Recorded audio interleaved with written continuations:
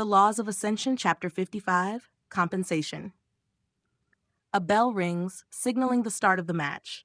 Lorik and the champion rush each other. Lorik still has his wooden sword. The champion has a wooden hammer in their hands. They each swing and their weapons collide with a loud thwack. "Do you think Fox will be all right?" Leora asks worriedly. "This is nothing he's not used to." Torvin replies as the two continuously clash their weapons together. Lorik keeps up the offense, relentlessly attacking the champion. After a while, the champion backs off and tries to create some distance. Lorik doesn't let up and throws his sword like before. The champion blocks it with his arms as Lorik rushes him. He reaches out and grabs the champion's wrist. He pulls it while slamming his fist into their chest. The champion grits their teeth as they stumble forward. They don't fall to the ground as Lorik had hoped. Lorik ducks down under their hammer as they swing for his head. He leaps forward, tackling him and wrapping around his legs. He reaches up with his left hand while pulling his right back. He ends up pressing on his chest and pulling under his knees. This disrupts his balance and causes him to fall back on his ass. Lorik lets go and jumps on top of him. He starts raining down blows as the champion uses his arms to protect his head. "Is that all you got? I expected more from a so-called champion," Lorik shouts out while throwing punches. "He's getting too cocky," Torvin says with a sigh from the booth. "Does he get cocky a lot? He usually seems composed when I've seen him fight?"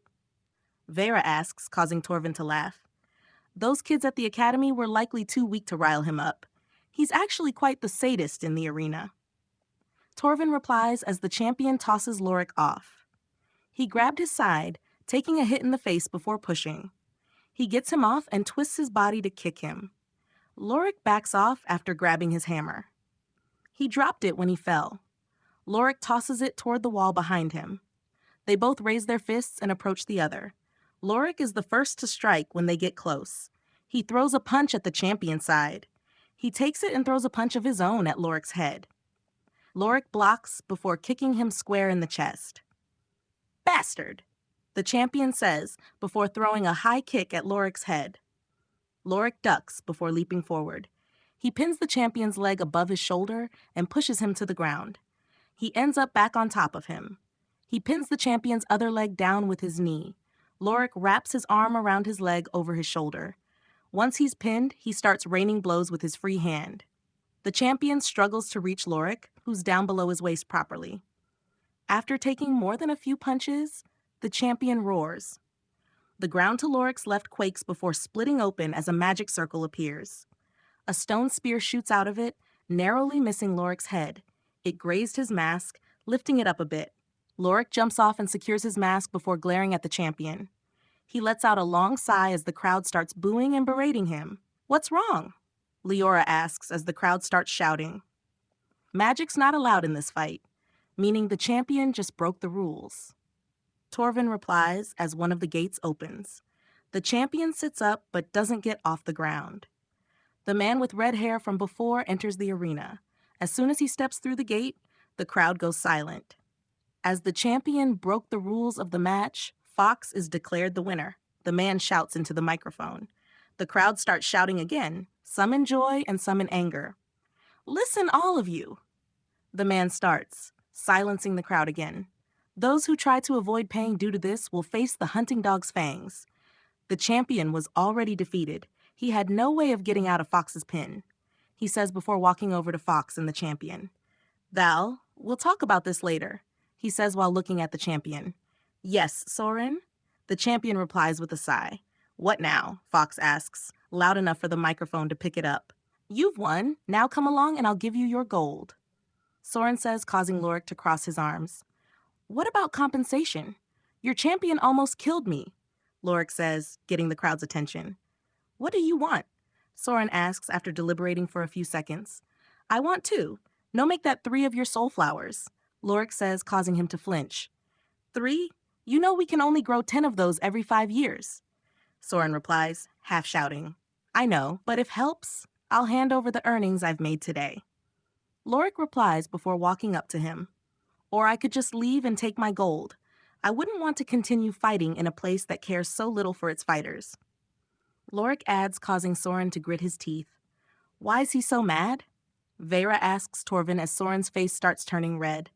Those flowers are a huge source of income, and Fox just demanded a third of it.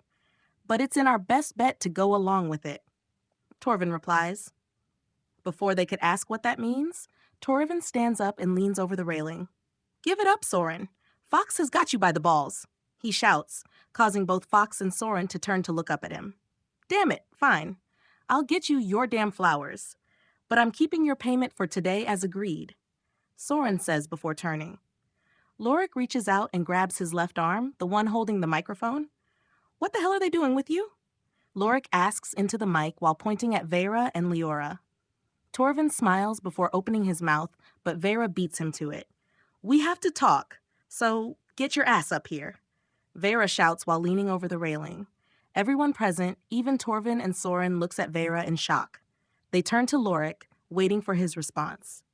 Soren, get my flowers ready and give them to Torvin. I'll pick them up later, Lorik replies while taking off the 2 bracelets on his wrists. They fall to the ground before the law of gravity emits from Lorik. He makes himself lighter and starts floating. He floats up to the balcony that Torvin, Vera, and Leora are in. He overshoots it a bit and is a little off-center, but he stops in front of Vera. The crowd is stunned by this, having never thought Fox could fly. Vera steps back and Lorik floats into the room over the railing before dropping to the ground. What is it? Lorik asks coldly. We need to talk.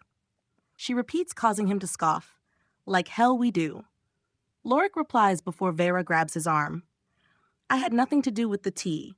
That was all, Master, Vera says before pulling him closer. Now let's talk about this like adults, she adds while squeezing tighter around his wrist. I told you were being silly, Master, Nixfang says as a bit of mist comes off of Lorik's chest. Go back to sleep, Nixfang, Lorik says with a sigh. He starts walking to the door while Vera keeps her grip on him. Come on, you said you wanted to talk? We'll go back to my place. Too many damn eyes down here, Lorik says while pulling her toward the door. I'll let you know when I get the flowers, Fox, Torvin says as Leora follows them. Lorik flips Torvin off with his other hand while opening the door. The 3 leave the arena and walk toward the exit. Vera keeps a firm grip on his wrist as they walk. Due to both, the grip on his wrist and the way she shouted at the arena, all eyes are on them as they leave. The hunting dog guarding the door doesn't ask questions, but he does take note of the way Vera's holding him. Lover's trouble, he mutters as the 3 leave through the door. They continue to walk silently back to the house. It's not until they're inside that Vera lets go of him. Let's sit at the table, Vera says, while walking over to the table in the dining room. Since it's covered in dust, she wipes it off with her cloak before sitting. She tosses the cloak across the room before taking her mask off. Her horns appear, and her voice returns to normal. Leora brings her hands up, but hesitates to take the mask off. So why did you and Sarah come to the black market? Lorik asks, still with his fox mask on. Since Leora still has her mask on, he mistakes her for Sarah instead. She's taken her cloak off once they got back, and he can tell she's not a man, so he assumes she's Sarah instead. To find you since you ran away. So why did you run? Vera asks, clearly mad. Why wouldn't I? I admitted to the king and a retired field marshal about my past.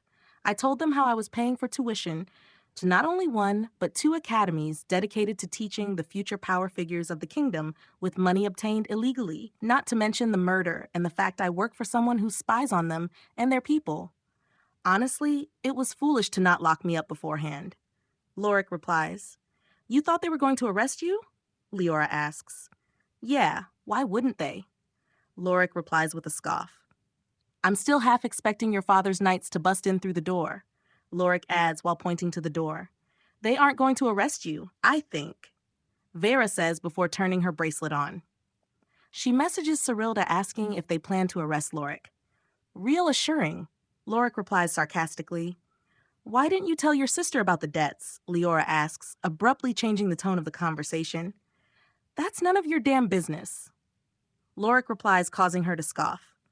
Just answer the question, Leora replies while glaring at Lorik. He remains silent, and Leora opens her mouth. Before she speaks, Vera's bracelet vibrates. They don't plan to arrest you? Vera says nervously before smiling.